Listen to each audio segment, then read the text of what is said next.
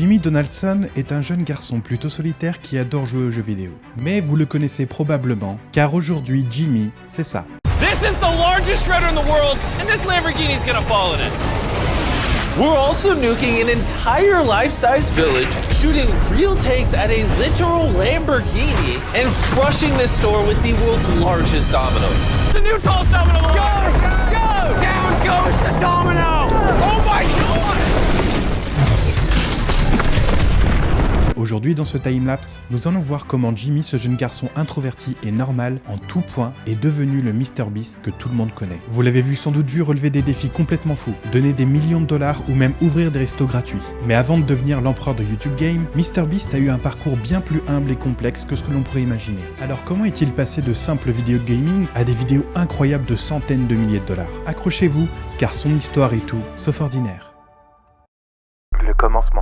Le petit Jimmy crée sa chaîne YouTube en 2012, à l'âge de 13 ans sous le pseudo MrBeast6000. À ses débuts, il réalisait des vidéos classiques sur des jeux vidéo comme Minecraft ou Call of Duty. Jusque-là, rien de bien surprenant. À cette période, ses vidéos n'avaient aucun succès. Il jouait tranquillement chez sa maman aux jeux vidéo avec ses amis, comme absolument tous les gamins de 13 ans. Pendant plusieurs années, son audience restait minuscule, et ses vidéos ne dépassaient parfois même pas la centaine de vues. C'est alors qu'en parallèle de ces jeux, il décida de changer les choses. Pour ça, Jimmy consacra énormément de temps à étudier les rouages de YouTube et présenter ses résultats lors de sessions de jeu. Wow, I can't believe you clicked on this video. And I don't actually hate PewDiePie. I just want to see how many people would click on this video. Just kind of do an experiment. Il regardait et analysait d'autres créateurs pour comprendre ce qui fonctionnait. Il a raconté dans plusieurs interviews qu'il passait littéralement 8 à 10 heures par jour à étudier l'algorithme et les tendances. But outside of sports, it was just literally YouTube. That was all I watched. No one in my school liked videos, so I kind of just felt like an outcast because I just was hyper obsessed over it, and no one else really related to me on it. Ce qui le distingue par rapport aux gamins de son âge, c'est cette détermination sans faille, et c'est exactement ce qu'on va voir maintenant. Le déclic.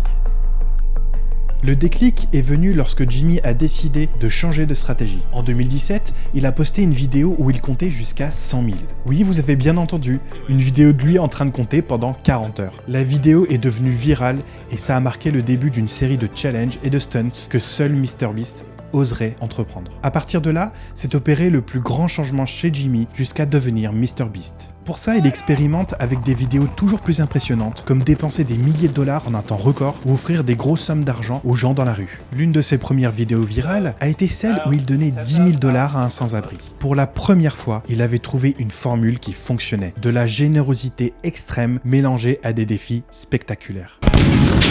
Oh my god! Mais ces défis et cette générosité étaient hyper risqués, car il lui fallait toujours plus d'argent pour créer ses vidéos virales. Et c'est maintenant qu'on va répondre à une des questions les plus mystérieuses chez MrBeast. Mais comment il fait? Un truc qu'on ne sait pas, c'est que MrBeast a mis en jeu toutes ses économies dans ses vidéos au début. Il n'avait pas encore de sponsor solide pour financer ses idées coûteuses. Il dépensait chaque centime qu'il gagnait grâce aux vues de ses vidéos. À un moment donné, Jimmy a dû même emprunter de l'argent pour financer ses projets. C'était un pari ultra risqué, et il a reconnu plus tard dans plusieurs interviews qu'il aurait pu tout perdre si ça n'avait pas marché. Mais pour lui, le principe est simple. Chaque dollar dépensé était un investissement pour attirer encore plus de vues et aussi plus d'argent. Ce risque lui a permis de se distinguer, oui, mais également failli lui coûter très cher. On pourrait alors se dire que c'est grâce à l'argent qu'il a réussi. Mais c'est pas aussi simple que ça, car en réalité, l'argent ne fait pas tout. Par exemple, si ses vidéos n'étaient pas virales, alors qu'elles lui coûtaient toutes ses économies, c'était tout simplement la fin pour lui. Non, le vrai secret réside dans son mental pour savoir exactement ce qui plaira aux gens qui le regardent. Et ce secret, il l'a révélé plusieurs fois. Voici comment il fait. Comme je vous l'ai dit, MrBeast a une capacité de travail extrêmement intense, voire obsessionnelle. Il consacre presque toute sa semaine à travailler sur ses vidéos et selon plusieurs interviews, il commence généralement sa journée vers 8h du matin et travaille jusqu'à 2h du matin. A lot of my earlier videos, they sucked because I just wasn't entertaining back then. I was stupid.